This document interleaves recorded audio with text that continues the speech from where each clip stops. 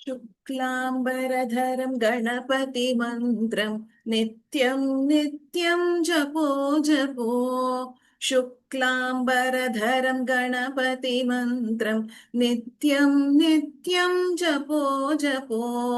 विघ्नविनायक विद्यास्थापक वीरगणपति भजो भजो।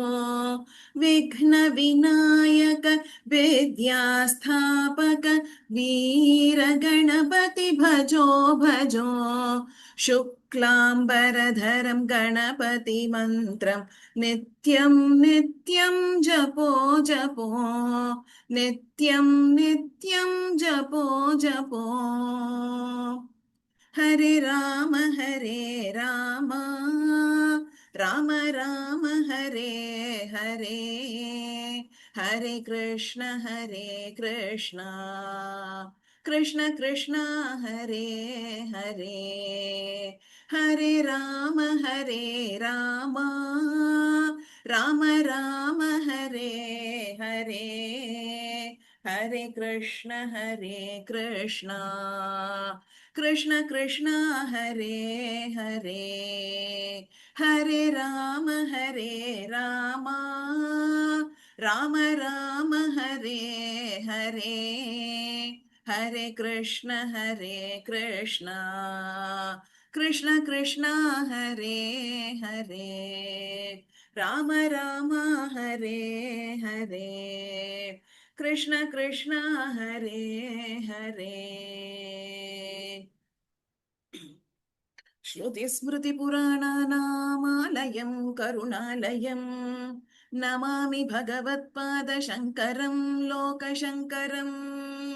शङ्करं शङ्कराचार्यं केशवं बादरायणम् सूत्रभाष्यकृतौ वन्दे भगवन्तौ पुनः पुनः। सदाशिवसमारम्भां शङ्कराचार्यमध्यमाम् अस्मदाचार्यपर्यन्तां वन्दे गुरुपरम्पराम्। अपारकरुणासिन्धुं ज्ञानदं शान्तरूपिणम् श्रीचन्द्रशेखरगुरुं प्रणमामि मुदान्वहम्। தென்னாடுடைய பெரியவா போற்றி, எந்நாட்டவர்க்கும் இறைவா போற்றி. சர்வஜ்ஞா சர்வவியாபி மகா பெரியவா சரணம்.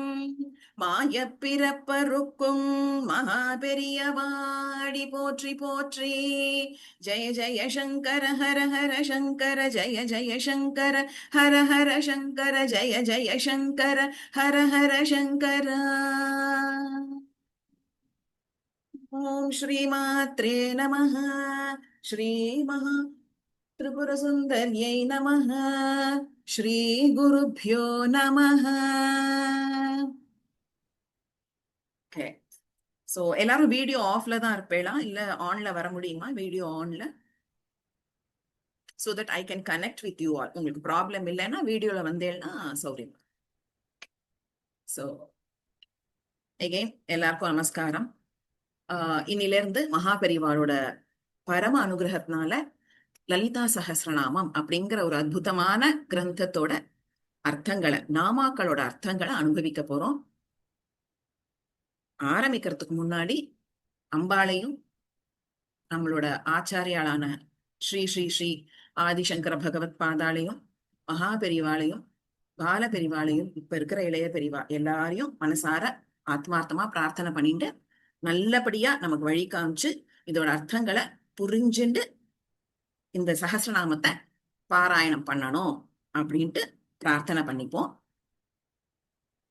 நம்மளோட கிளாஸஸ் வியாழக்கிழமைகள்ல அற்புதமா குருவாரமாவே அமைஞ்சிருக்கு. ஸோ அந்த குரு எல்லாரையும் பிரார்த்தனை பண்ணிட்டு ஆரம்பிக்கலாம். வியாழக்கிழமைகள்ல 11 to 12 நான் கரெக்டா ஒரு 2 நிமிஷம் முன்னாடி லாகின் பண்ணிடுவேன். ரெகுலாரிட்டியோட வந்தேன்னாக்க அந்த அர்த்தத்தை நன்னா அனுபவிக்கலாம். ஏன்னா நமக்கு அர்த்தங்களை ஸ்லோகங்கள் கத்துக்கறச்சே ரிவிஷன் பண்ண முடியும், அர்த்தத்தை திருப்பியும் ரிப்பீட் பண்ண முடியாது இல்லையா? ஸோ அதை மிஸ் பண்ணாம இருக்கணும்னா ரெகுலரா வந்தேன்னா நன்னா அனுபவிக்கலாம். லேட்டா யாரும் கிளாஸ்க்கு வராதீங்கோ. ஏன்னா கரெக்டா லாகின் பண்ணிட்டேன்னா யாருக்கும் டிஸ்டர்பன்ஸ் இல்லாத இருக்கும். அதுக்காக தான் இதெல்லாம் என்னோட ஹம்பிள் ரிக்வெஸ்ட். யாரும் தப்பா நினைச்சுக்க வேண்டாம். நெக்ஸ்ட் அர்த்தம் கேட்டுக்கரிச்சே ஸ்லோகத்தை கையில வச்சுக்கோங்க.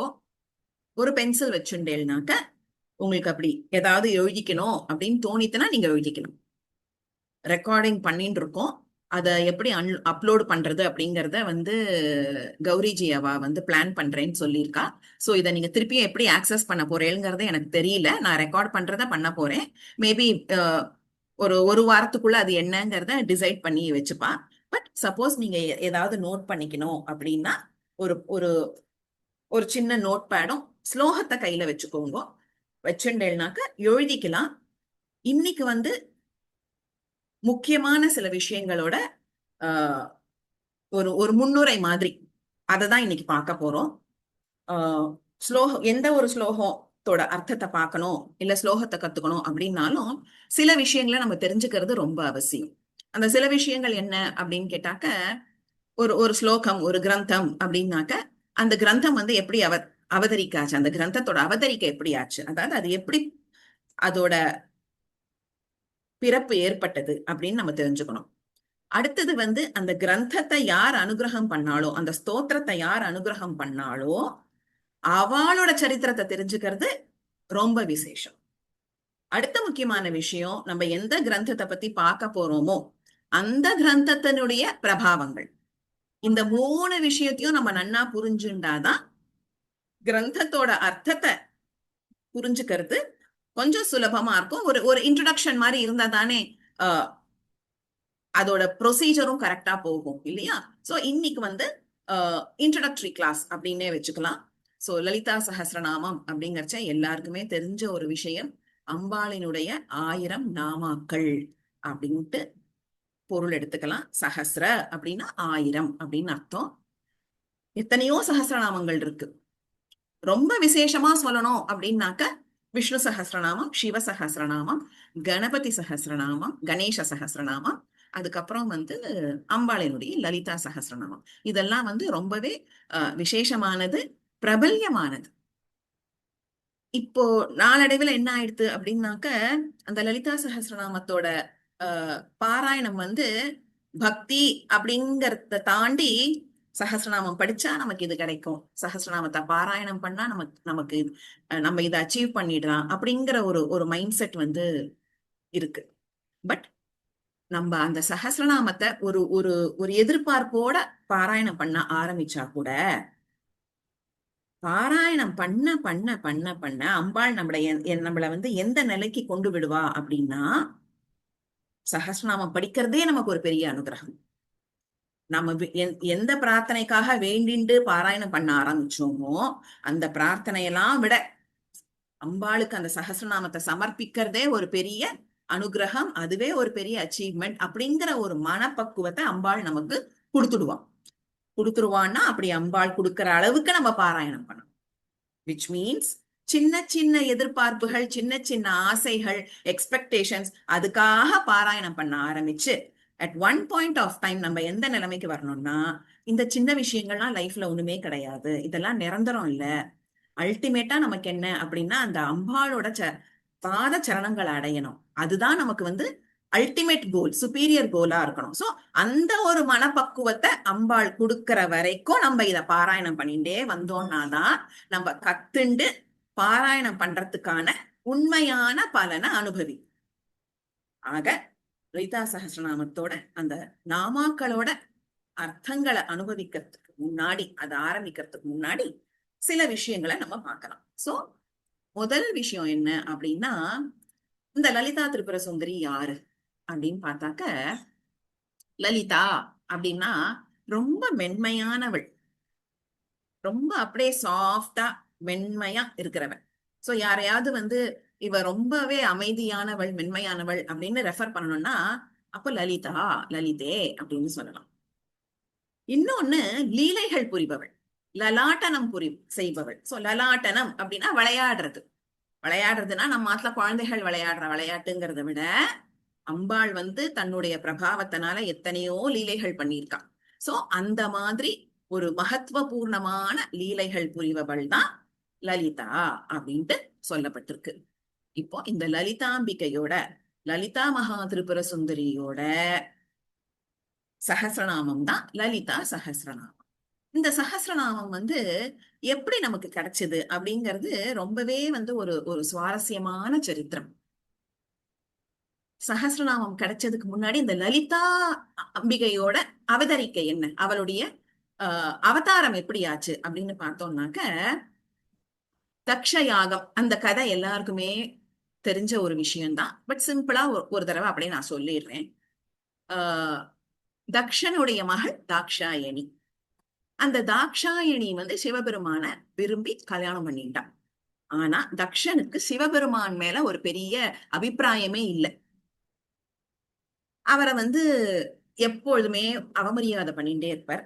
ஒரு சமயம் ஒரு யாகத்துக்கு ஏற்பாடு பண்ணார், ரொம்ப பெரிய யாகம். அந்த யாகத்துக்கு நியாயமா சிவபெருமான சர்வ மரியாதையோட அழைச்சிருக்கணும். ஆனா தக்ஷன் வந்து அத பண்ணல. அம்பாளுக்கும் வருத்தம், சிவபெருமானுக்கும் வருத்தம். சிவபெருமான் வந்து சொல்லிட்டார், என்ன மதிக்காத இடத்துல நான் வரமாட்டேன், நீயும் போகாதேன்னு சொல்லிட்டார். இருந்தாலும் பிறந்தாத்து பாசம் யார விட்டுது? அம்பாள் இஸ் நோ எக்ஸெப்ஷன். இல்ல இல்ல, எங்க அப்பா பண்றாரு, நான் போலனா எப்படி அப்படின்னு சொல்லிட்டு சொல் பேச்சு கேட்காத அம்பாள் கிளம்பி போயிடுறா. தாக்ஷாயினி கிளம்பி போயிடுறா. போன இடத்துலயும் வந்து அந்த யாகத்துல பண்ண வேண்டிய மரியாதைகள், சிவபெருமானுக்குரிய மரியாதைகளை தக்ஷன் பண்ணாதைக்கு விட்டுடுறார். அப்போ அம்பாளுக்கு கோவம் வந்து, எங்க ஆத்துக்கார மதிக்காத இடத்துல எனக்கு என்ன வேலை? கோவம் ஜாஸ்தியா இருக்கு. கடைசி கடைசியா கேக்குறா, அட்லீஸ்ட் அவருக்கு கொடுக்க வேண்டிய அந்த ஹோமத்துக்கு உண்டான ஆவிர்வாகத்தையாவது நீங்க வந்து கொடுக்கணும் அப்படிங்கிறார். அந்த ஆவிர்வாகத்தை கூட கொடுக்க மாட்டேன் அப்படின்னு சொல்லிடுறான் தக்ஷன். அப்போ அந்த கோபத்துல என்ன பண்ணிடுறான், அம்பாள் வந்து அந்த யாகத்தினுடைய அக்னியில குதிச்சுடுறான். குதிச்சு சதி ஆயிடுறா. அதனாலதான் அவளுக்கு சதி அப்படின்னு அங்க பேர் வருது. தன்னோட மனைவிய பிரிஞ்ச துக்கம், பறி கொடுத்த துக்கத்துல சிவபெருமான் இமயமலைக்கு போய் உட்காந்துட்டு தபஸ் பண்ண ஆரம்பிச்சுடுறார். அவர் தபஸ் பண்ணிட்டு இருக்கச்சே இங்க வந்து உலகமே ஸ்தம்பிச்சு போயிடுறது. ஏன்னா சிவசக்தியினுடைய ஐக்கியத்தினாலதான் இந்த உலகமே இயங்கின்னு இருக்கு. சிவசக்தி ஐக்கியம் இல்லைன்னா இந்த உலகத்தினுடைய, இந்த பிரபஞ்சத்தினுடைய இயக்கம் வந்து ஸ்டாப் ஆயிடும், நில்லாயிடும். ஓகேவா? அப்போ என்னடா பண்றது அப்படின்னு பிரம்மா முதலிய தேவர்கள்லாம் வந்து யோசிக்கிறா. அப்ப சிவபெருமானுடைய தவத்தை கலைக்கணும். ஏன்னாக்க உலகத்தினுடைய இயக்கமானது நின்று போயிடுறது. ஆல்சோ அசுராக்கள்லாம் இதான் சான்ஸ்ன்ட்டு அவ அவ வந்து ரொம்பவே வந்து இருக்கிறவாளெல்லாம் டார்ச்சர் பண்ணிட்டு ஒரு தப்பான விஷயங்களை பண்ணிட்டு இருக்கா, கேட்க ஆள் இல்லை அப்படின்னுட்டு. அப்ப இதுக்கெல்லாம் ஒரு முடிவு கட்டணும் அப்படின்னாக்க சிவபெருமான் தன்னுடைய தபஸ்ல இருந்து வரணும் அப்படின்ட்டு முடிவு பண்றா. ஒரு பக்கம் அம்பாள் மறுபடியும் என்ன பண்றான்னாக்க, சிவபெருமான மறுபடியும் திருமணம் பண்ணிக்கணும் அப்படிங்கிறதுக்காக ஹிமவானுடைய புத்திரியாக அவதரிச்சு திருப்பியும் சிவபெருமானை நோக்கி வழிபடுறா. இப்ப சிவபெருமானோட தபச கலைக்கணும் இல்லையா? அப்ப தேவர்கள் என்ன பண்றான்னாக்க மன்மதனை ஏவி விடுறா. ஏன்னா தபச கலைச்சு சிவசக்தி ஐக்கியம் நடக்கணும் அப்படின்னாக்க மன்மதன் மனசு வச்சாதான் முடியும் அப்படின்ட்டு தேவர்களுடைய ஒரு தப்பான அபிப்பிராயம். அது நம்மள போல மனுஷாளுக்கு வேணா ஒர்க் அவுட் ஆகும். மன்மதன் கிட்ட நம்ம வந்து அடிபணிஞ்சு போயிடுவோம். சிவபெருமான் கிட்ட அது நடக்குமா? சிவபெருமான் என்ன பண்றார், தபஸ்ல இருக்கார். மன்மதன் வந்து சிவபெருமானுடைய தபஸ கலைக்கிறதுக்காக தன்னோட வேலைகளை காமிக்கிறான். மன்மதன் அப்படின்னா என்ன? மனச மதனம் பண்றவன், கடையறவன், கடைஞ்சு கலைக்கிறவன். அதனாலதான் அவனுக்கு மன்மதன் அப்படின்னு பேர் வந்தது. அதுக்காக மன்மதன் பண்ற வேலையெல்லாம் தப்புன்னு எடுத்துக்க முடியாது. ஏன்னா அவனுக்கு கொடுக்கப்பட்டிருக்கிற கடமை அது. அந்த கடமையை பண்ணிட்டு இருக்காம. அப்ப அந்த வேலையை சிவபெருமான் கிட்டயே காமிக்கிறச்சே சிவபெருமான் என்ன பண்றாருனாக்க, மன்மதன் டிஸ்டர்ப் பண்ணி அவருடைய தபஸ் கலைஞ்சு போய் சடார்னு கோவம் வந்து அந்த மூன்றாவது நெற்றிக்கண்ணை திறக்கறச்சே அதுல இருந்து வந்த அக்னியில மன்மதன் எரிஞ்சு சாம்பல் ஆயிடுறான். எரிஞ்சு சாம்பல் ஆனதும் என்ன ஆகுது அப்படின்னு கேட்டாக்க, ரதி மன்மதனுடைய மனைவியான ரதிக்கு ரொம்ப துக்கம் ஆயிடுறது. நீங்க பாட்டுக்கு இப்படி ஆத்துக்கார சாம்பல் ஆக்கிட்டேன்னா நான் என்ன பண்ணுவேன் அப்படின்னு சொன்னதுனால, அம்பாளோட அனுகிரகத்தினால மன்மதன் ரதிக்கு மட்டும் கண்ணுக்கு தெரியற மாதிரி ஒரு அனுகிரகத்தை ரதிக்கு கொடுக்கறா அம்பாள். இது ஒரு பக்கம். இன்னொரு பக்கம் என்ன ஆறுது, மன்மதன் சாம்பல் ஆயிடுறான். அந்த நேரத்துல சிவபெருமானோட தபசும் கலைஞ்சு போயிடுறது. கலைஞ்சதும் அவருக்கான தெரியறது ஏன் மன்மதன் இப்படி பண்றான். சோ இப்ப நாட்டு நடப்பு என்ன, தன்னோட தபஸ்னால உலகத்துல என்னெல்லாம் அட்டகாசம் நடந்துட்டு இருக்கு, தான் தபஸ்ல இருக்கிறதுனால மத்தவாளை அசுரால எல்லாம் தட்டி கேட்க ஆள் இல்லாம அவள்லாம் என்ன அட்டூழியம் பண்ணிட்டு இருக்கா அப்படிங்கிற விஷயத்த தெரிஞ்சுக்கிறார். அந்த நேரம் என்ன ஆறுது, அப்படி மத்தவாள்லாம் விஷயங்களை ஒண்ணுன்னா அப்டேட் கொடுத்துட்டு இருக்கறச்சே சிவபெருமான் அப்படி சுத்தி பாக்கறச்சே தனக்கு கீழே அந்த மன்மதனுடைய சாம்பலை பாக்குற. அந்த அந்த சாம்பல் என்ன ஆறுது அப்படின்னாக்க சிவபெருமானுடைய சிவகணங்கள்லாம் இருப்பா இல்லையா, அதுல சித்திரசேனன் அப்படின்னு ஒரு சிவகணம். அந்த சிவகணம் என்ன பண்ணிடுறாருனாக்க சித்திரசேனன் அந்த சாம்பல் அப்படி எடுத்து ஒரு பிண்டம் மாதிரி, சில பேருக்கெல்லாம் ஒரு பழக்கம் உண்டு, நின்னு பேசிட்டு இருக்கச்சே பக்கத்துல ஏதாவது பேப்பர் இருந்தா அதை கிழிச்சுட்டே இருப்பான், இல்லைன்னா கதவு பக்கத்துல நின்னா அந்த கதவோட ஹேண்டில் திருப்பின்ண்டே இருப்பான், கை சும்மா இருக்காது இல்லையா. அந்த மாதிரி இந்த சித்திரசேனனுக்கு என்ன ஆயிடுறது, அவர் என்ன பண்றாரு, அந்த மன்மதனுடைய சாம்பலை எடுத்து சிவபெருமானோட பேசிட்டே இருக்கச்சே, மத்த எல்லாரும் பேசிட்டே இருக்கச்சே இவர் சும்மா நிக்காதக்கி அந்த பிண்டத்தை எடுத்து அப்படி பசஞ்சுட்டே நின்று அதை ஒரு உருண்டை பிடிச்சு விடுற. அந்த உருண்டைய சிவபெருமான் பாக்குற. சிவபெருமானோட அந்த கண் பார்வை தீட்சப்பட்டதும் அந்த பிண்டத்துக்கு உயிர் வந்துடுறது. உயிர் வர்றது மட்டும் இல்லாம என்ன ஆறுதுன்னாக்க ஒரு உருவமும் கிடைச்சு விடுறது.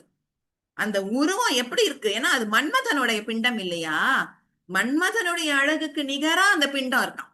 அந்த பிண்டம் வந்து இப்போ உயிர் வந்து உருவமும் கிடைச்சு மன்மதனுடைய அழகுக்கு நிகரா அப்படியே ஜம்முன்னு நிக்கிறது அந்த அந்த ஒரு உருவமானது. அப்போ இந்த சித்திரசேனனுக்கு உள்ளூர ஒரு ஒரு குஷி, ஆஹா நம்ம பிண்டம் பிடிச்சதுக்கு உயிரே வந்துடுத்திப்போ அப்படின்னு சொல்லிட்டு அந்த அந்த உருவத்துக்கிட்ட என்ன சொல்றாரு அப்படின்னாக்க, சிவபெருமானுடைய கண் பார்வை தீட்சப்பட்டுதானே உனக்கு இந்த உருவெல்லாம் கிடைச்சது, இப்ப நீ என்ன பண்ற, அவரை வழிபட ஆரம்பிச்சன்னா உனக்கு பவர் கிடைக்கும், எனர்ஜி கிடைக்கும், உனக்கு சக்தி கிடைக்கும், அதை வச்சுட்டு நீ சும்மா ஜமாய்க்கலாம் அப்படின்னு சும்மா எல்லாத்துக்கும் இப்படி எல்லாம் அவரை ஏத்தி விட்டதும் அந்த உருவமானது என்ன பண்றது, சிவபெருமான வழிபட்டு வழிபட்டு வழிபட்டு, சிவபெருமான் தான் ஆசுதோஷியாச்சே, யார் தன்னை வழிபட்டாலும் யோசிக்கவே மாட்டாராம். ஆசுதோஷின்னா அப்படி கேட்ட உடனே அனுகிரகம் பண்றது. இந்த அந்த காலத்துல இந்த ராஜாக்களுடைய அரசவையில எல்லாம் வந்து ஆசுதோஷி கவிஞர்கள்னு இருப்பா. ராஜா வந்து என்னோட கண்ணை வர்ணிச்சு ஒரு பாட்டு பாடு அப்படின்னா உடனே அந்த கவிஞன் வந்து பாடணும். சோ ராஜா கேட்ட மாத்திரத்துல அப்படியே கவிதை அப்படியே பொழியணும். விச் மீன்ஸ் கேட்ட உடனே இன்ஸ்டன்டா இந்த அப்படிங்கோ அப்படின்னு சொல்லி ஒரு கவிதையை கொடுக்கணும். அதனால அவ பேரு ஆசுதோஷி கவிஞர்கள்னு பேரு. இப்ப சிவபெருமான் அந்த மாதிரி ஒரு ஆசுதோஷி. பக்தாள் வந்து என்ன கேட்டாலும் அத ஃபர்ஸ்ட் கொடுத்துருவார். அதுக்கப்புறம் தான் இவ ஏன் கேட்டா, குடுக்கலாமா, அதாவது கொடுத்துருக்கோமே இதனால ஏதாவது பிரச்சனை வருமாங்கிறதெல்லாம் அப்புறம் தான் யோசிப்பாராம். சோ சிவபெருமான் கிட்ட நம்ம கையேந்திட்டு நின்னா இந்தா அப்படி வரத்த அப்படின்னு கொடுத்துருவார்.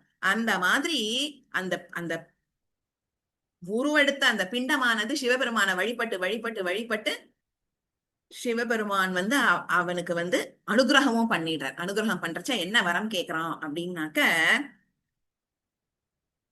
நான் வந்து யாரோட போர் புரிஞ்சாலும் அவளுடைய, அதாவது என்னுடைய எதிராளியோட பாதி சக்தி எனக்கு வந்துடணும் ஃபர்ஸ்ட்.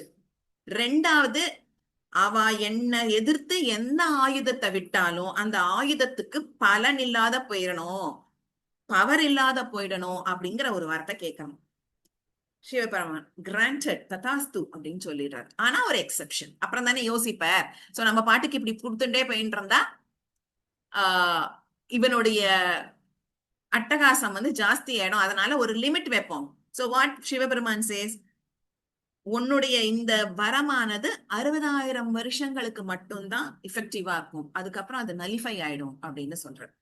இவனும் கிடைச்ச மட்டும் சந்தோஷம் அப்படின்னு சொல்லிட்டு வாங்கிக்கிறான். தன் அந்த சக்தியை வச்சுண்டு அட்டகாசம் பண்ணிட்டு இருக்கான். ரொம்ப ஒரு ஒரு வார்த்தையால வர்ணிக்க முடியாத ஒரு விஷயங்கள் எல்லாம் பண்ணிட்டு இருக்கான்.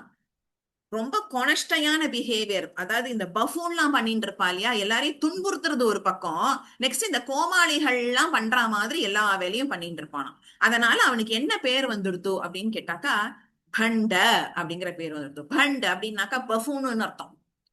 சோ கோமாளித்தனமான behaviour, at the same time தனக்கு கிடைச்ச அந்த வரத்தினால எல்லாரையும் துன்புறுத்த ஆரம்பிச்சிட்டான். துன்புறுத்த ஆரம்பிச்சதுனால அசுரன் ஆயிடுறான். கோமாளித்தனமான வேலைகள் பண்றதுனால பண்டான்னு பேர் வந்துடுறது. சோ பண்டாசுரன் ஆயிடுறான். சோ அந்த பண்டாசுரன் என்ன பண்றான், தனக்கு கிடைச்ச வரத்தை மிஸ்யூஸ் பண்ணிட்டு அவன் பாட்டுக்கு எல்லா அட்டகாசத்தையும் பண்ணிட்டே போறான். நாட்கள் இப்படியே கடந்து போயிட்டே இருந்து என்ன ஆயிடுது, அவனுக்கு கிடைச்ச அந்த 60,000 வருஷமானது முடிஞ்சு போயிடுறது. இருந்தாலும் என்ன பண்றான், அவனுடைய குரு, அசுராளுக்கெல்லாம் குரு யாருன்னு கேட்டேன்னாக்கா சுக்கராச்சாரியர். ஓகே, அந்த சுக்கராச்சாரியர் என்ன பண்றாருனாக்க அவனுடைய அந்த வரத்தினுடைய பவரை எக்ஸ்டெண்ட் பண்றதுக்காக அவனுக்கு எல்லா லூப் ஹோல்ஸையும் கத்து கொடுத்துடுறாரு. சோ அவன் பாட்டுக்கு பூஜை பண்ணி பக்தி பண்ணி அந்த வரத்தையும் அந்த பவரையும் ரீட்டைன் பண்ணிக்கிறான். இருக்கிறவெல்லாம் பார்த்தா என்னடா பண்றது, சிவபெருமான் என்னமோ 60,000 வருஷத்துக்கு தான் சொல்லியிருக்க, ஆனா இவன் பாட்டுக்கு இதை எக்ஸ்டெண்ட் பண்ணிட்டே போறான். சோ நம்மள எல்லாரையும் காப்பாத்தக்கூடிய ஒருத்தர் யாரு, ஒரே தெய்வம் யாரு அப்படின்னு கேட்டாக்க மகாவிஷ்ணு. அதனால மகாவிஷ்ணு கிட்ட போய் முறையிடுறான். இந்த மாதிரி சிவபெருமான் வரம் கொடுத்தார், வரம் கொடுத்ததோட அவருடைய வேலை முடிஞ்சு போயிடுத்துன்னு போயிட்டார். இப்ப நீங்க தான் எங்களை இந்த பண்டாசுரன் கிட்ட இருந்து காப்பாத்தணும் அப்படின்ட்டு வேண்டச்சே. ஒரு மனுஷனுக்கு பக்தி எப்ப பண்ண முடியும்னா, அவனுடைய மனுஷன்ட்டு இல்ல, அசுரனா இருந்தாலுமே மனசு தெளிவா, ஒரு சலனம் இல்லாத, சஞ்சலமா இல்லாத, ஸ்திரமா இருந்தாதான் பக்தி பண்ண முடியும். அப்போ மகாவிஷ்ணு யோசிக்கிறார், இவன் இந்த மாதிரி எல்லாம் போக்கஸ்டா இருக்கிறதுனால தானே அவனால பக்தி பண்ணி தனக்கு கிடைச்ச வரத்தை எக்ஸ்டெண்ட் பண்ணிட்டே போறான். அவனுடைய அந்த பக்தியை நம்ம கலைச்சுட்டா, அவனுடைய போக்கஸ நம்ம டெஸ்ட்ராய் பண்ணிட்டா இவனால ஒன்னும் பண்ண முடியாது இல்லையா அப்படின்னு சொல்லிட்டு தன்னுடைய சக்தியினால என்ன பண்ற, ஒரு அழகான பெண்மணியை, தேவ பெண்மணியை உருவாக்கி, அந்த தேவ பெண்மணி கூட தேவ பணிப்பெண்கள் எல்லாத்தையும் உருவாக்கி அந்த பண்டாசுரன் கிட்ட அனுப்புறார். அழகான பெண்ணை பார்த்ததும் அவனுக்கு என்ன ஆயிடுத்து, மனசு பட ஆரம்பிச்சுடுறது, சபலப்படவும் ஆரம்பிச்சுடுறது. சோ போக்கஸ் போயிடுத்து, பக்தி குறைஞ்சு போனதுனால பவர் குறைஞ்சுட்டே வருது. இப்போ மகாவிஷ்ணுவினுடைய அனுகிரகத்தினால அவனுடைய பக்தி தான் குறைஞ்சதே தவிர அவனுக்கு அழிவு ஏற்படல. ஏன்னா இப்ப அவனுக்கு கிடைச்ச வரம் என்ன, சிவபெருமான் அனுகிரகம் பண்ண வரம் என்ன, எனக்கு எதிரா யாரு என்ன அழிக்க வராளோ அவளுடைய பலத்துல பாதி பலம் எனக்கு வந்துடணும் அப்படின்னு கேக்குறான் இல்லையா. அப்போ யார் அவனுக்கு எதிரா போர் பண்ண அனுப்புறது, அவனை எப்படி அழிக்கிறது அப்படின்ட்டு கவலைப்பட்டு இருக்கச்சு, நாரத மகரிஷியினுடைய உபதேசத்தின்படி அம்பாளை பிரார்த்தனை பண்றா. யாரு, தேவர்கள்லாம் அம்பாளை பிரார்த்தனை பண்ணி ஒரு யாகம் பண்றா. அந்த யாகத்தை பண்ணிட்டே இருக்கா. அம்பாள் இன்னும் மனம் இறங்கி அனுகிரகம் பண்ணல.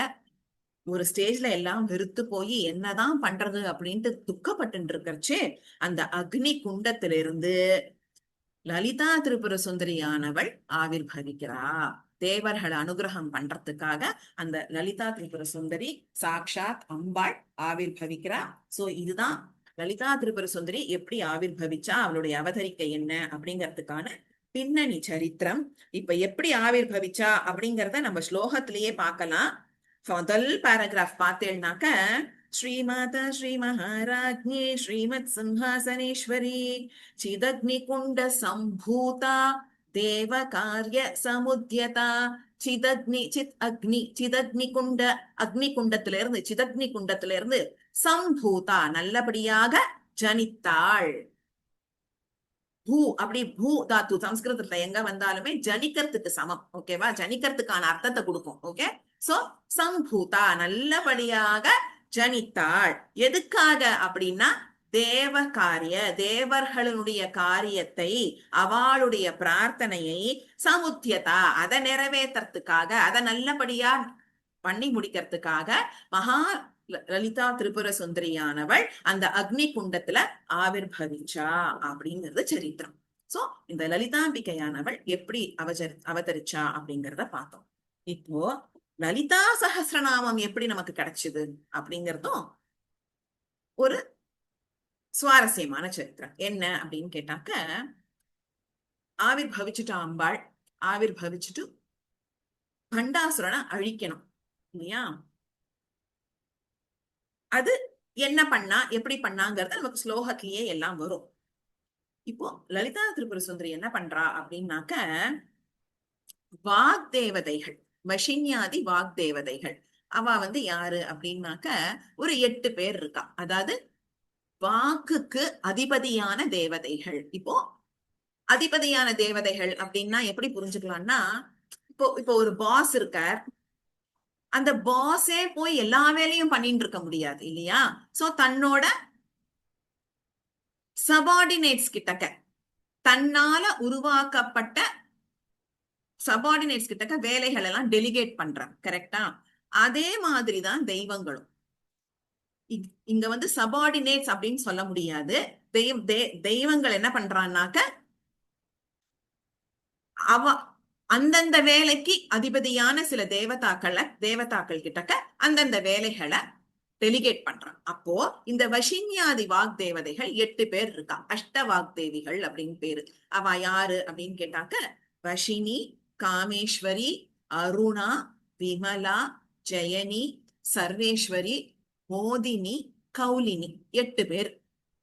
இவா 8 பேரை கூப்பிட்டு, இந்த வாக்தேவதைகளை கூப்பிட்டு, வாக்தேவிகளை கூப்பிட்டு என்ன சொல்றா அப்படின்னாக்க, அவளுக்கு உத்தரவு கொடுக்கறான். என்ன உத்தரவு அப்படின்னாக்க, என்னுடைய மிக முக்கியமான பிரபாவம் வாய்ந்த மகிமைகள் நிறைந்த 1000 நாமாக்களை நீங்க தேடி கண்டுபிடிச்சு ஃபில்டர் பண்ணி அழகா கொடுக்கணும் அப்படின்ட்டு சொல்றான். ஓகே, அம்பாளுடைய நாமாக்கள் எண்ணற்றவைகள், அதை கவுண்டே பண்ண முடியாது. ஆனா அத்தனையும் நம்மளால பாராயணம் பண்ண முடியுமா, அத்தனையும் ஞாபகம் வச்சுக்க முடியுமாங்கிறது அம்பாளுக்கு அப்பவே டவுட். கஷ்டம்தான், நமக்கு கஷ்டம்தான் அப்படிங்கிறது முடிவு பண்ணி ஒரு செலக்டிவான 1000 நாமாக்களை மட்டும் வாக்தேவிகளை விட்டு சூஸ் பண்ண சொல்றான். அந்த வாக்தேவிகள் எப்பேற்பட்டவா? நம்ம பேசுற அந்த வாக்குக்கெல்லாம் அதிபதியா இருக்கிறவா. அப்போ அவளுடைய ஞானம் எப்பேற்பட்டதா இருக்கும், அவளுடைய பிரபாவம் எப்பேற்பட்டதா இருக்கும். அப்போ அந்த அப்பேற்பட்ட அந்த வாக்தேவிகள்னால தேர்ந்தெடுக்கப்பட்ட 1000 நாமாக்கள் தான் நமக்கு இந்த லலிதா சஹஸ்ரநாமமா கிடைச்சிருக்கு. அது எப்படி நமக்கு கிடைச்சது? உருவாக்கினது என்னமோ வாக்தேவதைகள். யாருடைய உத்தரவின்படி உருவாக்கினா? லலிதா தேவியினுடைய உத்தரவின்படி அவ வந்து அந்த 1000 நாமாக்களை தேர்ந்தெடுத்தா. எதுக்கு அம்பாள் உத்தரவு கொடுக்கணும் அப்படின்னாக்க, அம்பாளுடைய நாமாக்களை தேர்ந்தெடுக்கிறதுக்கான அந்த உரிமை கூட அம்பாள் மனசு வச்சாதான் முடியும். அம்பாள் அனுகிரகம் பண்ணாதான் அதை பண்ணலாம். அம்பாள் உத்தரவு கொடுத்தாதான் அவ ப்ரொசீட் பண்ணலாங்கிறதுக்காக அவ என்ன பண்றா, அம்பாள் உத்தரவு கிடைச்சதுக்கு அப்புறமா அந்த 1000 நாமாக்களை தேர்ந்தெடுத்து, அந்த நாமாக்கள் எப்பேற்பட்டவை அப்படின்னா ரொம்பவே விசேஷமா வாய்ந்தவை, பிரபாவம் வாய்ந்தவை. எத்தனையோ நாமாக்கள் இருக்கு. ஆனா அதுல இருந்து ஒரு 1000 நாமாக்கள், டாப் 1000 அந்த நாமாக்களை மட்டும் செலக்ட் பண்ணி நமக்கு லலிதா சஹஸ்ரநாமமா அனுகிரகம் பண்ணது அந்த அஷ்டவாக்தேவிகள். இப்போ அஷ்டவாக்தேவிகள் அனுகிரகம் பண்ணிட்டா. பட் அது நம்ம கைக்கு எப்படி கிடைச்சது அப்படிங்கிற சரித்திரத்தை இப்ப பார்க்கணும்.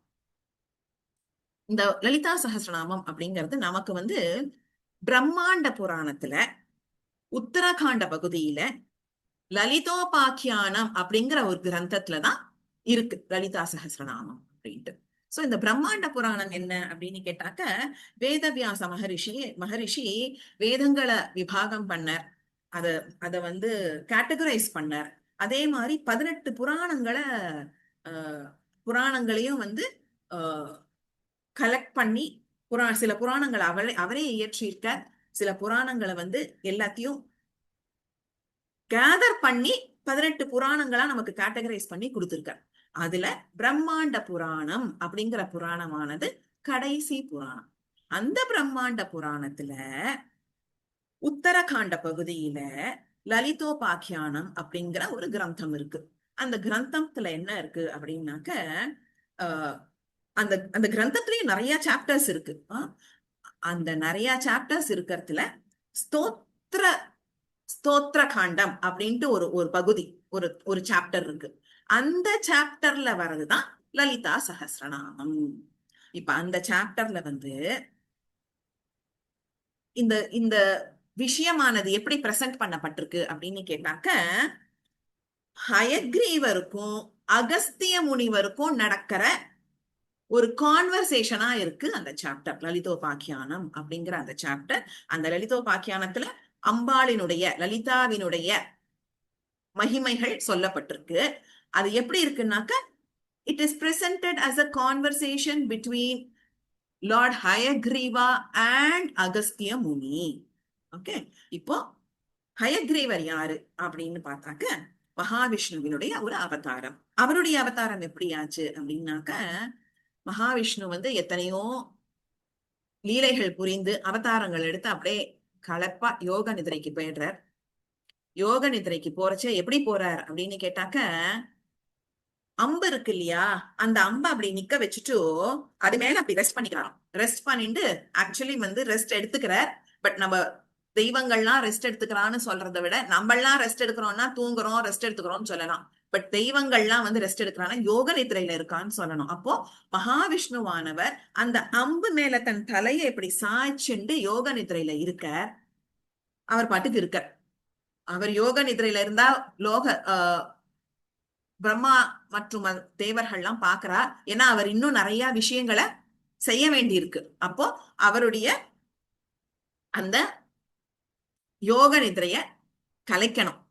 எதுக்காக கலைக்கணும் அப்படின்னா, ஹயக்ரீவன் அப்படிங்கிற ஒரு அசுரனை வதம் பண்ணணும். ஓகே, புரிஞ்சுக்கணும் எல்லாரும். ஹயக்ரீவ பகவான் வேற, ஹயக்ரீவ அசுரன் வேற. ஓகே, இப்ப இந்த ஹயக்ரீவ அசுரனோட விஷயம் என்ன, பின்னணி கதை என்னன்னு பார்த்தாக்க,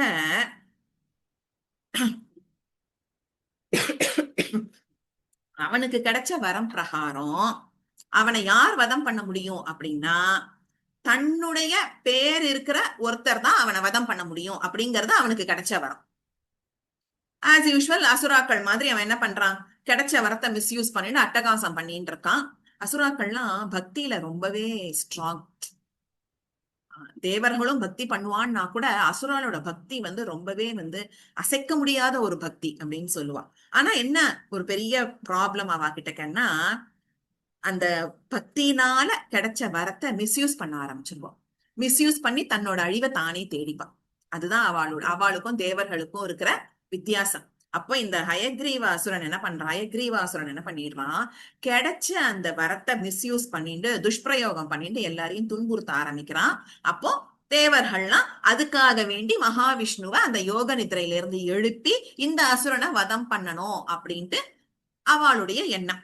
அப்போ யோக நிதிரையில இருக்கிற பகவானை எப்படி எழுப்புறது அப்படின்னு யோசிச்சு பிரம்மதேவர் என்ன பண்றார் அப்படின்னாக்க, அந்த அந்த அம்பு மேலதானே இப்படி படுத்துட்டு இருக்க, அந்த அம்ப வந்து அப்படி உடைச்சுட்டாக்க அவர் டக்குன்னு அப்படி எழுந்துப்ப அப்படின்ட்டு பிளான் பண்ணி கரையான்களை கலெக்ட் பண்ணி ஏவி விடுற.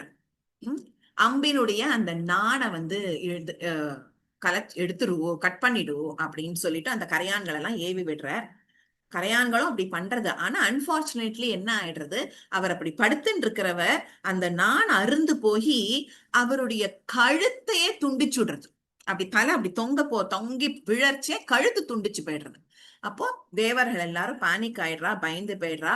என்ன பண்றது அப்படின்ட்டு யோசிக்கச்சே துர்காதேவிய பிரார்த்தனை பண்ணிட்டு, துர்காதேவியுடைய ஆலோசனை என்ன அப்படின்னா, ஏதாவது ஒரு மிருகத்தோட கழுத்தை பிக்ஸ் பண்ணிடலாம் அப்படின்னு சொல்றா. அப்போ துர்காதேவியினுடைய அனுகிரகத்தின்படி அந்த சைடு ஒரு வெள்ளை குதிரை போயின்னு இருக்கு. அந்த வெள்ளை குதிரையினுடைய கழுத்தை என்ன பண்றான்னாக்க துண்டிச்சு மகாவிஷ்ணுக்கு கொடுத்துடுற. அப்போத்துல இருந்து மகாவிஷ்ணுவுக்கு ஹயக்ரீவர் அப்படிங்கிற பேர் வருது. ஹய அப்படின்னாக்க குதிரை, கிரீவ அப்படின்னா கழுத்து. சோ குதிரை போன்ற கழுத்துடையவர் ஹயக்ரீவர். சோ இந்த ஹயக்ரீவரானவர் எப்படி இருக்கார் அப்படின்னு கேட்டா, வெள்ளை நிற குதிரையினுடைய கழுத்தை வச்சுண்டு கையில ஒரு ஸ்படிக மாலையை வச்சுட்டு இருக்க, வெள்ள தாமரை மேல இருக்க, வெள்ள வஸ்திரத்தை உடுத்தின்னு இருக்க. சோ இவர் தான் வந்து மதுகைட்டவர்கள் அப்படிங்கிற அந்த அசுராக்களை அழிச்சு அவாகிட்ட இருந்து வேதத்தை ரட்சணம் பண்ணி பிரம்மா கிட்ட கொடுத்தவர் அதே ஹயக்ரீவர் தான். இப்போ நாம இந்த லலிதோபாக்கியானத்துல பார்த்தோம் இல்லையா, ஹயக்ரீவருக்கும் அகஸ்தியருக்கும் நடக்கிற சம்பாஷணன்ட்டு, அந்த ஹயக்ரீவர் தான் இந்த ஹயக்ரீவர். இப்ப நாம பார்த்த இந்த அம்பு நான் சரித்திரம் வந்து தேவி மகாத்மியத்துல கொடுத்திருக்கிற ஒரு சரித்திரம். ஓகேவா? சோ அந்த லலிதோபாக்கியானத்துல ஹயக்ரீவருக்கும் அகஸ்தியருக்கும் நடக்கிற சம்பாஷணை தான் லலிதோபாக்கியானமா அமைஞ்சிருக்கு. ஹயக்ரீவரோட சரித்திரத்தை பார்த்தோம். இப்போ அகஸ்திய முனி யாரு? எல்லாருக்குமே தெரிஞ்ச ஒரு முனிவர். அக அப்படின்னா மலை, ஸ்தய அப்படின்னா நிறுத்துறது, அப்படியே ஸ்டேபிளா நிக்க வைக்கிறது. ஓகே, சோ மலைய நிறுத்தி வச்சார். எந்த மலைய நிறுத்தி வச்சார் அப்படின்னு பார்த்தாக்க விந்திய மலைய நிறுத்தி வைக்கிறார். எதுக்காக விந்திய மலையை நிறுத்தி வச்சார் அப்படிங்கிறது ஒரு சுவாரஸ்யமான சரித்திரம். சிவபெருமானுடைய திருமணத்தை அட்டன் பண்றதுக்காக இந்த 14 லோகத்துல இருக்கிற அத்தனை பேரும் கைலாசத்துக்கு போயிடுறா. அப்ப என்ன ஆயிடுறது, அந்த பூமியானது பாரம் தாங்காம அப்படி இறங்கி போய் ஒரு பக்கம் மேல ஒரு பக்கம் கீழே ஆயிடுறது. அப்ப சிவபெருமான் என்ன பண்ற, இத்தனை பேரும் அகஸ்திய முனிவரை கூப்பிட்டு, இத்தனை பேர் இங்க இருக்கா, ஒருத்தனால மட்டும்தான் இந்த பூமியை பேலன்ஸ்டா நிக்க வைக்க முடியும். அதனால நீ தெற்கு பக்கம் போ அப்படின்னு சொல்லி அவரை அனுப்பி வைக்கிறச்சே போற வழியில விந்திய மலையானது இருக்கு. அந்த விந்திய மலையோட ஸ்பெஷாலிட்டி என்னன்னா வளர்ந்துட்டே போகுமா. அந்த வளர்ந்துட்டே போறதுனால அதோட அழகு மேலும் மேலும் அப்படியே ஏறிண்டே போறது. அதனால அந்த விந்திய மலைக்கு ஒரு அகங்காரம். இப்போ போற வழியில விந்திய மலைய முனிவர் பாக்குறார். பார்த்ததும் இவருக்கு தெரிஞ்சு போயிடுறது, இது வளர்ந்துட்டே போறது. நெக்ஸ்ட் இப்படி வளர்ந்துட்டு போறதுனால முனிவருக்கு ஒரு பிரச்சனையும் இல்லை. அவர் எப்படியாவது அந்த பக்கம் போவார், திரும்பி வருவார். ஆனா அந்த அகங்காரம் இருக்கக்கூடாது. அதை எப்படியாவது நம்ம எடுத்துடணும் அந்த மலை கிட்ட இருந்து அப்படின்னு சொல்லி அந்த விந்திய மலை கிட்டக்க ரொம்ப நயமா பேசுறாரு. என்ன சொல்றார், நீ பாக்குறதுக்கு இவ்வளவு அழகா இருக்க, உன்னோட பவரே உன்னோட வளர்ச்சி தான். பட் எனக்கு ஒரு ரிக்வெஸ்ட் இருக்கு. நான் இந்த காரணத்துக்காக இந்த பக்கத்துல இருந்து அந்த தெற்கு பக்கம் போக போறேன். ஃபர்ஸ்ட் எனக்கு போறதுக்கு வழி விடணும். ஆல்சோ நான் என்னோட இடத்துக்கு திரும்பி வரணும் இல்லையா? அப்ப நீ வளர்ந்துட்டே போயிட்டேன்னாக்க நான் எப்படி உன்னை தாண்டிட்டு வர முடியும்? அதனால நீ கொஞ்சம் வளராதக்கி நான் திரும்பி வர மட்டும் நீ இதே அவசரத்துல இப்படியே இருக்கணும். நான் திரும்பி வந்ததுக்கு அப்புறம் நீ பாட்டுக்கு உன் இஷ்டத்துக்கு வளர்ந்துக்கும் அப்படின்னு சொல்லிடுறேன். உண்மையா நீ வளர்ந்துட்டே போற, உன் அகங்காரம் ஜாஸ்தி, அதனால நான் உன்னை வளர விட மாட்டேன் அப்படின்ட்டுலாம் சொல்லாதக்கி நயமா பேசி ரிக்வெஸ்ட் பண்றார். விந்திய மலையும் அந்த முனிவருக்கு அடிபணிஞ்சு கட்டாயமா நீங்க திரும்பி வர மட்டும் நான் வெயிட் பண்றேன் அப்படின்னு சொல்லிட்டு வெயிட் பண்றது. ஆனா தெற்கு பக்கம் போய் பேலன்ஸ் பண்ண அந்த முனிவரானவர் திரும்பி இந்த பக்கம் வரவே இல்லை. ஏன்னா திரும்பி வந்துட்டா திருப்பி விந்திய மலை வளர்ந்துருமோனோ, அதனால அவர் அங்கேயே செட்டில் ஆயிட்டார்.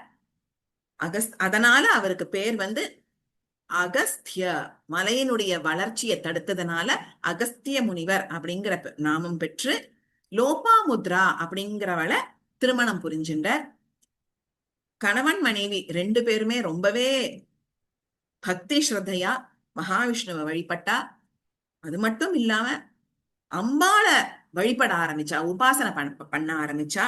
அப்போ அந்த ஒரு சமயத்துல மகாவிஷ்ணு கிட்ட பிரார்த்தனை பண்ணிட்டு, இந்த மாதிரி நீங்க எனக்கு அம்பாளினுடைய பிரபாவங்களையும் மகிமைகளையும் அவளுடைய விசேஷங்களையும் எடுத்து சொல்லணும் அப்படின்ட்டு பிரார்த்தனை பண்ண மகாவிஷ்ணு என்ன பண்ணார், ஹயக்ரீவமா ஸ்வரூபம் எடுத்துண்டு அகஸ்திய முனிவருக்கு அம்பாள் சம்பந்தப்பட்ட அத்தனை விஷயங்களையும் அனுகிரகம் பண்றார்.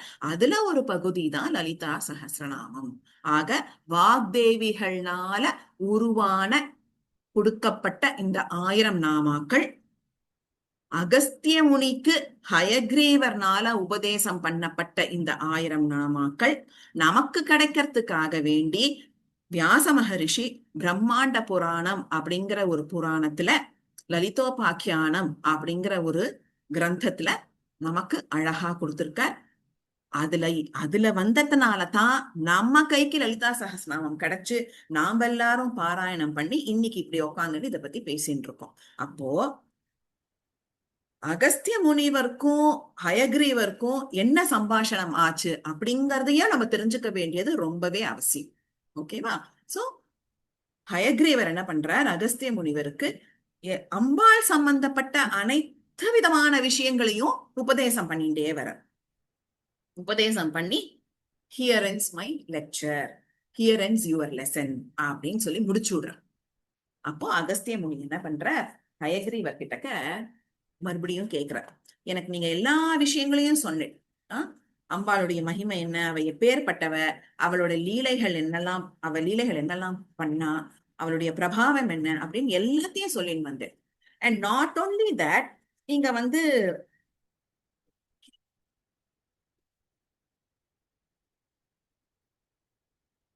மத்த தேவதாக்களினுடைய நாமாக்கள் எல்லாம் கூட சொன்னேன். ஆனா இந்த லலிதா திரிபுர சுந்தரி அப்படிங்கிற இந்த தேவியினுடைய விசேஷமான நாமாக்கள் என்னன்னு நீங்க எனக்கு சொல்லவே இல்லையே அப்படிங்கிற. அப்போ ஹயக்ரீவர் கேட்டுட்டு இருக்கார். அகஸ்திய முனி சொல்றத பொறுமையா கேட்கிறார். மறுபடியும் அகஸ்திய முனி திருப்பியும் சொல்றார், நீங்க ஏன் எனக்கு சொல்லல? ஒரு குரு ஒரு விஷயத்த சொல்லல அப்படின்னா அதுக்கு சில பல காரணம் இருக்கலாம். ஒரு காரணம் ஞாபக மறதியா கூட இருக்கலாம். ஓகே, இப்ப நான் சொல்ற விஷயங்கள் எல்லாமே என்னன்னா இந்த லலிதா சஹஸ்ரநாமத்தோட பூர்வ பாகத்துல கொடுத்திருக்கிற விஷயங்கள். நாம வந்து ஸ்லோகத்தை மட்டும்தான் பாராயணம் பண்றோம். ஓகே, ஆனா அந்த பூர்வ பாகத்தினுடைய கண்டென்ட் என்னங்கிறதையும் நம்ம அவசியம் தெரிஞ்சுக்கணும். ஓகேவா? சோ பூர்வ பாகத்துல கொடுக்கக்கூடிய விஷயங்கள் தான் இந்த கான்வர்சேஷனா நமக்கு அமைஞ்சிருக்கு. அதுதான் காரணமாவும் அமைஞ்சிருக்கு. லலிதா சஹஸ்ரநாமம் நமக்கு கிடைச்ச காரணமாவும் அமைஞ்சிருக்கு. அதனால அந்த கான்வர்சேஷன் என்னங்கிறதையும் நம்ம தெரிஞ்சுக்கணும். ஓகே, சோ அகஸ்திய முனி வந்து சொல்ற, ஒரு குரு தன்னோட சிஷ்யனுக்கு சில விஷயங்களை சொல்லல அப்படின்னா அதுக்கு இந்த காரணம் இருக்கலாம். அதுல ஒரு விஷயம், முதல் விஷயம் என்ன, மறதியா இருக்கலாம். குரு மேபி மறந்து போயிருக்கலாம். இப்ப நான் வந்து ஒரு 100 விஷயங்களை உங்களுக்கு சொல்லணும்ட்டு நினைச்சுட்டு இருப்பேன். அதுல ஆனா ஒரு 80 தான் சொல்லியிருப்பேன். 20 விஷயம் அந்த ஃப்ளோல மறந்து போயிருக்குமா இல்லையா? சோ மறதியா இருக்கலாம். ஓகே, அடுத்த காரணம் என்னவா இருக்கலாம் அப்படின்னா பார்ஷியாலிட்டி. ஒரு ஒரு ஒரு நார்மல் குரு மறந்து போறது வந்து இயல்பு. ஆனா ஹயக்ரீவர் மறக்க முடியுமா? ஹயக்ரீவர் யாரு? ஹீஸ் அவர் வந்து ஞானத்தின் வடிவம் இல்லையா? கல்விக்கே அவர் தான் ஆதாரம். அவர் போய் மறந்து போயிட்டார்னு சொன்னா இதை யாராவது நம்புவாளா? சோ அது காரணம் கிடையாது. அடுத்த ரீசன் என்னவா இருக்கலாம்? ரீசன்ஸ வந்து அகஸ்திய முனியே லிஸ்ட் அவுட் பண்றார். ஓகேவா? பட் அதெல்லாம் இல்லைங்கிறதுக்கான அர்த்தத்தை நாம புரிஞ்சுக்கணும். ஓகே, அடுத்தது பார்ஷியாலிட்டி. இப்போ ஒரு கிளாஸ்ல ஒரு 10 பேர் இருக்கா, அப்போ குருவுக்கு வந்து ஃபேவரட்டா ஒரு 4 ஸ்டூடெண்ட்ஸ் இருப்பா. ரொம்ப ஸ்மார்ட்டா இருப்பா, ரொம்ப இன்டெலிஜென்ட்டா இருப்பா. அதனால அந்த குருவுக்கு வந்து அவளை ரொம்ப பிடிக்கும். அப்ப என்ன பண்ணுவார்?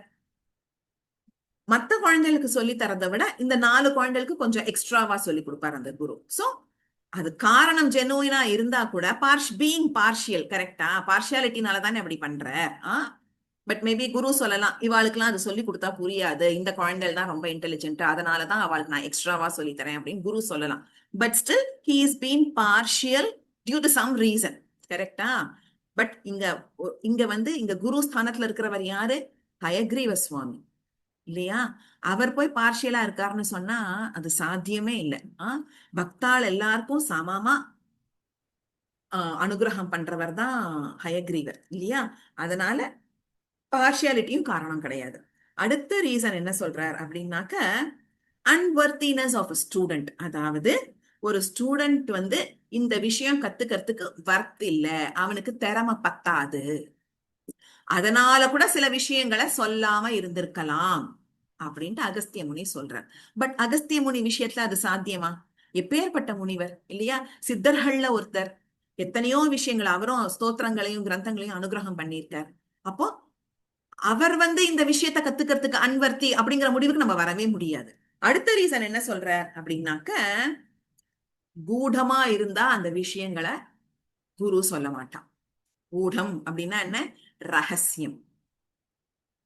ஓகே, ஒரு விஷயம் ரகசியமா இருக்குன்னு வச்சுக்கோங்களேன், அந்த விஷயங்களை குரு வந்து வெளியில எக்ஸ்போஸ் பண்ண மாட்டா, ஷேர் பண்ண மாட்டா. இப்ப ஃபார் எக்ஸாம்பிள் பார்த்தேன்னாக்க சௌந்தர லஹரி ஸ்லோகங்கள் இருக்கு, 100 ஸ்லோகங்கள் இருக்கு. எல்லா ஸ்லோகத்திலையும் பீஜாட்சரம் அடங்கியிருக்கு. ஃபார் தட் மேட்டர் லலிதா சஹஸ்ரநாமத்துல கூட பீஜாட்சரம் அடங்கியிருக்கு. அப்போ இப்ப இந்த சௌந்தர லஹரியோட வியாக்கியானத்தை வந்து மகாபெரிவா அவ்வளவு அழகா ஒரு சின்ன குழந்தைக்கு சொல்ற மாதிரி அழகா சொல்லியிருக்க. தெய்வத்தின் குரல் 6ஆம் பகுதியில சௌந்தர லஹரி வியாக்கியானம் அவ்வளோ பியூட்டிஃபுல்லா, ஒண்ணுமே தெரியாதவா கூட அதை படிச்சான்னா விஷயங்களை நன்னா புரிஞ்சுக்கலாம். அந்த மாதிரி சொல்லியிருக்கேன். ஆனா அதுல ஹைலைட் என்னன்னா 100 ஸ்லோகங்கள்னா அவர் எல்லா ஸ்லோகத்துக்கான வியாக்கியானத்தையும் கொடுக்கல. எந்த ஸ்லோகம் ரகசியமா இருக்கணுமோ அந்த ஸ்லோகத்துக்கான அர்த்தத்தை டீப்பா எக்ஸ்பிளைன் பண்ணல. மத்த விஷயங்களுக்கெல்லாம் வந்து இப்போ ஒரு ஸ்லோகத்துக்கு ஒரு 3 பக்கத்துக்கு 4 பக்கத்துக்கு கூட வியாக்கியானம் போகும். பட் சில ஸ்லோகங்களுக்கு அது ரகசியமாவே இருக்கணும், ரகசியத்தை காப்பாத்தணுங்கிறதுக்காக மேலோட்டமான ஒரு அர்த்தத்தை மட்டும் சொல்லியிருக்கார். சில ஸ்லோகங்களை மென்ஷனே பண்ணல.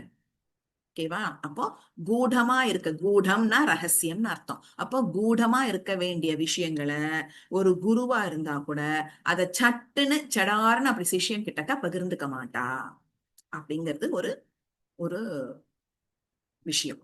ஓகே. பட் இப்ப இந்த சௌந்தரலஹரி மகாபெரிவா எக்ஸாம்பிளையே எடுத்துட்டா கூட மகாபெரிவா அந்த விஷயங்களை வெளியில தெய்வத்தின் குரல்ல பப்ளிசைஸ் பண்ணி சொல்லலி. அப்கோர்ஸ் அவர் தெய்வத்தின் குரலை பண்ணல, சொல்றச்சே அதை பப்ளிக்கா சொல்லலையே தவிர யாருக்கு அந்த ரகசியம் போய் சேரணுமோ அவள்கிட்ட சொல்லியிருப்பார். கரெக்டா? விச் மீன்ஸ் யார் அந்த ரகசியத்தை தெரிஞ்சுக்கிறதுக்கு வர்த்தா இருக்காளோ, ஃபிட்டா இருக்காளோ அவளுக்கு சொல்லியிருப்பார். தெய்வத்தின் குரல்ல வரப்போறது அப்படிங்கறச்சே அது வந்து நம்மள மாதிரி சாதாரணப்பட்ட மனுஷா எல்லாரும் படிக்கக்கூடிய ஒரு புஸ்தகம். அவர் வந்து பண்ண உபன்யாசங்கள்ல இருந்து அந்த புக்கோட கம்பைலேஷன் ஆயிருக்கு. அப்போ அவர் பண்ண உபன்யாசங்களை எல்லாருமே கேட்கிறா. அத பட்டவர்த்தனமா ஒரு மேடையில அப்படியே just like any other topic அவர் டிஸ்கஸ் பண்ண முடியாதுன்ட்டு அதை ரகசியமா வச்சிருக்கார். ஆனா அதை யாருக்கு தெரியப்படுத்தணுமோ அதை கட்டாயமா எக்ஸ்பிளைன் பண்ணிருப்பார். அதே மாதிரி இப்ப இங்க அகஸ்திய முனி என்ன சொல்ற, அது ரகசியமா வைக்கப்பட வேண்டியவை, அந்த ரகசியம் எனக்கு தெரியக்கூடாதுங்கிறதுக்காக நீங்க சொல்லலையோ அப்படின்னு கேக்குறார். அப்ப இங்க என்னெல்லாம் ரீசன்ஸ் மென்ஷன் பண்றார் அகஸ்திய முனி அப்படின்னு கேட்டாக்க, ஞாபக மறதி ஒண்ணு, பாரபட்சமா இருக்கிறது ஒண்ணு, அடுத்தது வந்து ஸ்டூடெண்டோட அன்வர்த்தினஸ், ஸ்டூடெண்ட் இந்த விஷயத்தை தெரிஞ்சுக்கிறதுக்கு லாய்க்கு இல்ல அப்படிங்கிற ஒரு விஷயம், ஒரு ரீசன்.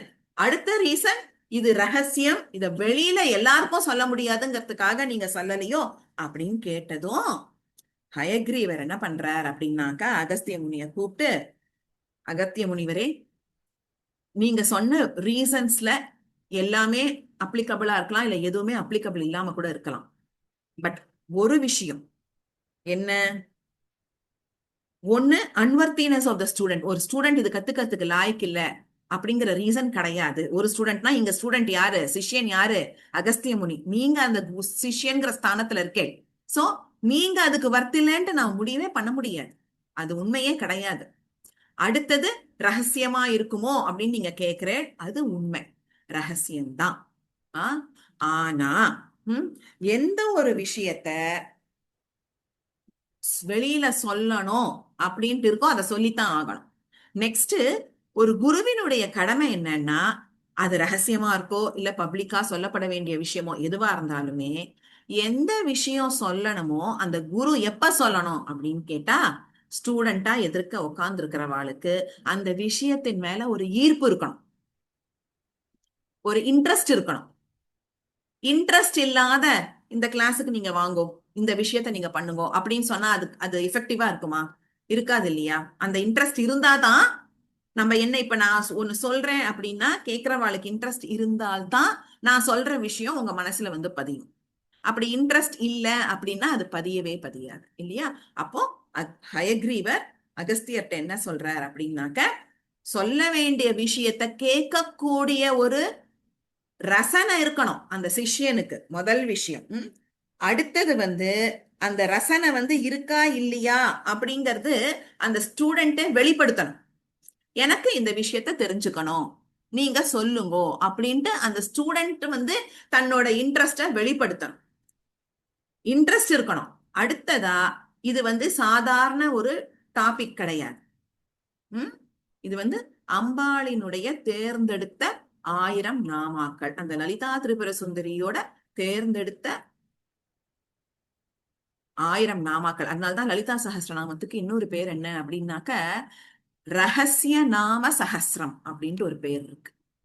ஏன்னா இது எல்லாமே ரகசியமா இருக்கக்கூடியவை தான். பட் அதுக்காக இது யாருக்குமே தெரியக்கூடாது அப்படிங்கிற கான்செப்ட் கிடையாது. ரகசியமான மந்திரங்கள் அடங்கின நாமாக்கள் அப்படிங்கறதுனால ரகசிய நாம சஹஸ்ரம் அப்படின்னு ஒரு பேர் இருக்கு. அப்ப அந்த ரகசியத்தை தெரிஞ்சுக்கிறதுக்கான இன்ட்ரெஸ்ட் இருக்கணும், அத ஸ்டூடெண்டே அந்த இன்ட்ரெஸ்ட வெளிப்படுத்தணும். எல்லாத்துக்கும் மேல இது அம்பாள் சம்பந்தப்பட்ட சமாச்சாரம் அப்படிங்கறதுனால பக்தி இருக்கணும். அம்பாள் இடத்துல பக்தியே இல்லாம என்னமோ நானும் வரேன், நானும் கத்துக்கிறேன் லலிதா சாஸ்திராமம், நானும் ஏதோ மீனிங்க கேட்டுக்கிறேன், நானும் லலிதா சாஸ்திராமம் முடிஞ்சாச்சா அடுத்தது ஒண்ணு கத்துக்கிறேன், அடுத்தது ஒண்ணு கத்துக்கிறேன் அப்படின்னு இருக்கக்கூடாது. பக்தி இல்லாம எந்த விஷயத்த பண்ணாலுமே அது பண்ணி முடிச்சதுக்கான பலனை கொடுக்காது. மனசார பக்தி இருக்கணும். ஆத்மார்த்தமா பண்ணாதான் அந்த விஷயத்துக்கான பலன் எப்பொழுதுமே கிடைக்கும். பக்தியும் இருக்கணும், ஒரு மரியாதையும் இருக்கணும். இது ரெண்டுமே இல்லைன்னா நம்ம பண்ணக்கூடிய விஷயங்கள் நமக்கு பலன் கொடுக்காது. அப்போ ஹயக்ரீவர் சொல்றார், இந்த விஷயங்கள்லாம் இருந்தாதான் நான் இந்த ரகசியமான நாமாக்களை சொல்ல முடியும். சோ நீனா அதை ரியலைஸ் பண்ணி கேட்கறியோங்கிறதுக்காக நான் வெயிட் பண்ணேன். தோணணும். லலிதா தேவியுடைய சரித்திரத்தை சொல்லியிருக்கேள், பிரபாவங்களை சொல்லியிருக்கேள், மகிமைகளை சொல்லியிருக்கேள், மத்த தேவதாக்களனுடைய நாமாக்களை சொல்லியிருக்கேள். அப்ப ஏன் லலிதா தேவியோட நாமாக்களை சொல்லல அப்படின்ட்டு ஒரு சின்சியர் ஸ்டூடெண்ட், ஒரு தாட் ப்ரொவோக்கிங் ஸ்டூடெண்ட்டுக்கு தோணணும். தோணி கேட்டாதான் நான் சொல்ல முடியுமே தவிர இது வாலண்டியரா இழுத்து பிடிச்சு வா இந்தா இதுதான் நாமாக்கள் இதுதான் சரித்திரம் அப்படின்னு நான் சொல்ல மாட்டேன். Now that you have exposed yourself, now that you have raised that query, எனக்கு சொல்லுங்கோன்ட்டு நீங்க உங்களோட இன்ட்ரெஸ்ட சொல்லியிருக்கேன். அப்படி சொன்னதுனால உங்களுடைய பக்தி என்னங்கிறதையும் எனக்கு புரிஞ்சுக்க முடியறது. நீங்க எந்த அளவுக்கு அந்த நாமாக்களுக்கு மரியாதை கொடுப்பேங்கிறதும் எனக்கு தெரியும். அதனால இப்ப நீங்க கேட்டதுனால நான் இந்த விஷயங்களை சொல்றேன் அப்படின்னு சொல்லிட்டு ஹயக்ரீவ பகவான் அகஸ்தியருக்கு உபதேசம் பண்ண அது லலிதோபாக்கியானத்துல வந்ததுனால அந்த லலிதோபாக்கியானம் பிரம்மாண்ட புராணத்துல இருந்து நமக்கெல்லாம் கிடைச்சிருக்கு. இப்ப நம்ம ஸ்லோகத்தோட கடைசியில பார்த்தோம்னாக்க அந்த கன்க்ளூடிங் ஃப்ரேஸ்ல இருந்தே நீங்க புரிஞ்சுக்கலாம். இது ஸ்ரீ பிரம்மாண்ட புராணே உத்தரகண்டத்துல ஸ்ரீ ஹயக்ரீவ அகஸ்திய சம்வாதே, ஹயக்ரீவருக்கும் அகஸ்தியருக்கும் நடந்த சம்வாதம் அப்படின்னா கான்வர்சேஷன், அதுல வர ஸ்ரீ லலிதா சஹஸ்ரநாம ஸ்தோத்திரம் சம்பூர்ணம் அதுக்கு கடைசி பிரேஸ் இருக்கு. சோ லலிதா திரிபுர சுந்தரியினுடைய அவதரிக்கை எப்படியாச்சு, லலிதா சஹஸ்ரநாமம் எப்படி உருவாச்சு, யார் இத பண்ணி கொடுத்தா, அந்த லலிதா சஹஸ்ரநாமம் சாதாரணப்பட்ட மக்களான நமக்கு எப்படி கிடைச்சது அப்படிங்கிற சரித்திரத்தெல்லாம் இன்னைக்கு கிளாஸ்ல பார்த்தோம். இப்ப இந்த லலிதா சஹஸ்ரநாமத்தோட நாமாக்கள் 1000 நாமாக்கள் இருக்கு. 1000 நாமாக்களுடைய அர்த்தம் என்ன அப்படின்னா அத ஜஸ்ட் ஒரு சம்ஸ்கிருதம் தெரிஞ்சவா சொல்லலாம். ஓகே, ஆனா அந்த அர்த்தத்துக்குள்ள இருக்கிற தத்துவார்த்தங்கள் அதுதான் மெயின். இப்போ ஸ்ரீமாதா அப்படின்னா டிவைன் மதர் அப்படின்ட்டு இங்கிலீஷ் டிரான்ஸ்லேஷன். பட் அது அந்த டிவைன் மதர்க்குள்ள அடங்கி இருக்கிற தத்துவார்த்தம் என்ன அப்படிங்கறத நம்ம தெரிஞ்சுட்டாதான் இந்த கிரந்தத்தினுடைய பிரபாவத்தை நம்ம அனுபவிக்க முடியும். அப்போ அந்த தத்துவார்த்தங்கள் நமக்கு எப்படி கிடைச்சது, அதை யார் நமக்கு அனுகிரகம் பண்ணா அப்படிங்கறத அடுத்த கிளாஸ்ல பார்த்துட்டு தியான ஸ்லோகாஸ்னுடைய மீனிங்க அடுத்த கிளாஸ் முடிக்கலாம் அப்படின்ட்டு என்னோட பிளான். பெரியவா கிருப்பையோட அதே மாதிரி நம்ம பிளான் பண்ணிக்கலாம். சோ இதோட இன்னைக்கு கிளாஸை முடிச்சுப்போம். இன்னைக்கு இருக்கிற இந்த ஜூம் லிங்க் தான் பர்மனண்டா நம்மளோட எல்லா கிளாஸுக்குமே. ஓகேவா? சோ எவ்ரி கிளாஸ் லிங்க் மாறாது. அதனால இதே ஜூம் லிங்கை அதே லிங்க்ல லாகின் பண்ணிக்கலாம். ஒரு கரெக்டா ஒரு 1 minute முன்னாடி நான் ரெடி ஆகி வந்துருவேன். ஒரே நிமிஷம். இப்போ யாருக்காவது ஏதாவது கேட்டுக்கணும் அப்படின்னாக்க நான் அன்மியூட் பண்றேன். ஏதாவது வேணும்னா உங்களுக்கு ஏதாவது கிளாரிபிகேஷன்ஸ் இல்லைன்னா ஏதாவது சஜஷன்ஸ் இருந்தாலுமே சொன்னேன்னாக்கா கிளாரிபிகேஷன்ஸ் தெரிஞ்சா இமீடியட்டா சொல்லிடுவேன், தெரியலன்னா ரெஃபர் பண்ணி சொல்லுவேன். சஜஷன்ஸ் ஏதாவது இருந்தாலும் முடிஞ்சா இம்ப்ளிமெண்ட் பண்ணிக்கலாம். வேற ஏதாவது உங்களுக்கு கேட்டுக்கணுமா சொல்லணுமா? மாமி, நான் ஆக்சுவலி நான் பியூர் தமிழ் இல்லை. சரி, எனக்கு தெலுங்கு தான், ஆனா இங்கிலீஷ் தெரியும். சரி, நீங்க சொல்லும் போது கொஞ்சம் தமிழ் இங்கிலீஷ் மிக்ஸ் பண்ணி சொன்னா எனக்கு கொஞ்சம் ஐடியா இருக்குது. புரியுது புரியுது. புரியுது. ஓகேவா, நான் அதை ட்ரை பண்றேன். என்னன்னா இங்கிலீஷ் பேசுறச்சே நன்னா வரும், ஆனா ம் இந்த மாதிரி லெக்சர் எல்லாம் கொடுக்கறச்சே, எஸ்பெஷலி இந்த கிரந்தங்களோட அர்த்தம்லாம் சொல்றச்சே, when I convey it in my mother tongue, no, I can connect it well. அது இன்னும் என்னோட மனசுல இருந்து அப்படியே டைரக்டா வரும். But I understand your problem. நான் நாமாக்கள் சொல்றச்சே அது இங்கிலீஷ்ல வந்து சொல்லிட்டு சரிங்க. here and there I will try to include English. ம் பட் பியாண்ட் தட் உங்களுக்கு ஏதாவது நாமாவோட அர்த்தம் புரியல அப்படின்னாக்க எனக்கு நீங்க மெசேஜ் பண்ணேன்னாக்க நான் அதை உங்களுக்கு இங்கிலீஷ்ல என்னங்கிறத சொல்றேன். And also I will try to give a PDF of the literal meaning of the நாமாஸ். சரிங்க. ஓகேவா? நான் வந்து மேபி ஒரு 30 நாமாஸ்க்கு நான் ரெடி பண்ணி அதை கொடுத்தேன்னாக்க தத்வார்த்தங்கள் கொடுக்க முடியாது. தத்வார்த்தங்கள் நீங்க லெக்சர் கேட்டாதான், only when you listen to my lecture you will understand what are the inner meaning of the namas. Okay, but the direct meaning you can எப்படி நம்ம வந்து when we look into the meaning of the namas, we will first have to understand what is a direct meaning. அதுக்கு அப்புறம் தான் நம்ம தத்வார்த்தங்களுக்குள்ள போக முடியும். இப்ப தத்வார்த்தங்களே பார்த்தேன்னாக்க ஒரு நாமாக்கு 1 மணி நேரம் கூட லெக்சர் பண்ணலாம். பட் நமக்கு வந்து டைம் கன்ஸ்ட்ரெயின்ட், அது அப்படியே போயிட்டே இருக்கும் இல்லையா? அதனால in my opinion maybe I will restrict to ஒரு 15 minutes of lecture for the inner meanings. அப்பதான் we can cover the 1000 names. இதுவே it will take a longer time. Let's see how it goes. But எதுவுமே வந்து என் கையிலயோ உங்க கையிலயோ இல்ல.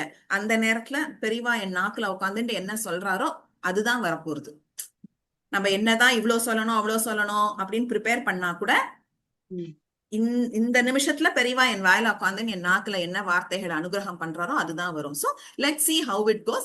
But beyond that, if you didn't understand anything, you feel free to message me. I don't think we can discuss in class, but you can message me. I will surely help you. Okay, ma'am. Okay. Yes. Thank you, ma'am. வேற எதுவும் கேட்டுக்கணுமா? I hope you all enjoyed the session. Yes, ma'am. Yes. So நன்னா இருந்தது மாமி. ராமராம். நல்லா சொல்றேன். Thank you. So ஏதாவது changes Thanks a lot. Yeah. Thanks a lot. Changes Ram நம்ம பண்ணிக்கலாம். ஓகேவா?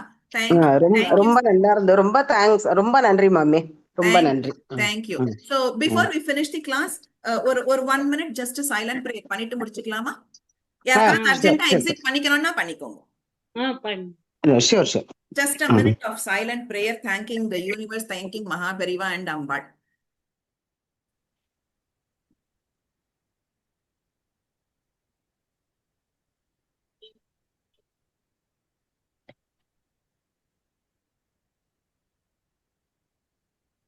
Relax, slowly open your eyes. Thank you, Ram, Mahaparivalai Sharanam. Just a humble suggestion before we disperse. Next class Dhyana Shlokam decide பண்ணிருக்கோம். So I would be really happy if all of you can practice the Dhyana Shloka. நீங்க எந்த அளவுக்கு பாராயணம் பண்ணிருக்கேன், எவ்வளவு practice பண்ணிருக்கேன்னு எனக்கு தெரியல. நான் எதுக்கு சொல்றேன்னா, அந்த வார்த்தைகளை நான் அப்படியே சொல்லிட்டே வச்சே உங்களால ஈஸியா கனெக்ட் பண்ணிக்க முடியும். முடிஞ்சா மனப்பாடம் பண்ணணும். Yes. Because nothing like by hearting and dedicating it to Ambal. புக்க பார்த்து அம்பாள் முன்னாடி உட்காந்துக்கிறத விட அம்பாளை பார்த்தே பாராயணம் பண்றது பெரிய விஷயம் இல்லையா? அப்பதான் அம்பாளை ரசிக்க முடியும். And let us take small steps. எத்தனை பேர் மனப்பாடம் பண்ணிருக்கேன் எனக்கு தெரியல. நான் என்னோட ஸ்டூடெண்ட்ஸ்க்கு யூஸ்வலா சொல்றத நான் சொல்லிடுறேன். ஓகேவா? தப்பா நினைச்சுக்க வேண்டாம் யாரும். These are all small suggestions what I suggest to my own students. So small steps. ஒரு நாளைக்கு ஒரு ஸ்லோகம் இல்ல ஒரு line. Let us take small baby steps. மனப்பாடம் பண்ணேல் அப்படின்னா அதோட வைப்ரேஷன் is totally different. அதனால அடுத்த வாரம் வரச்சே அந்த தியான ஸ்லோகாஸ முடிஞ்சா மனப்பாடம் பண்ணுங்க. பட் அட்லீஸ்ட் நன்னா பிராக்டிஸ் பண்ணிட்டு வந்தேன்னா when we discuss the meaning, no, you need not, ஐயோ நான் இந்த வார்த்தை எங்க இருக்குன்னு புக்ல தேட வேண்டாம். You can just அப்படியே ரைட் ராயலா இதுதான் வார்த்தை இதுதான் மீனிங் மனசுல அப்படியே ரெஜிஸ்டர் ஆயிடும் ஜம்முன்னு. அதுக்குதான். ஓகேவா? Yes. So thank you so much. Ram பெரியவா சரணம். Thank you. See you all next week. Thank you, ma'am. Ram. Thank you.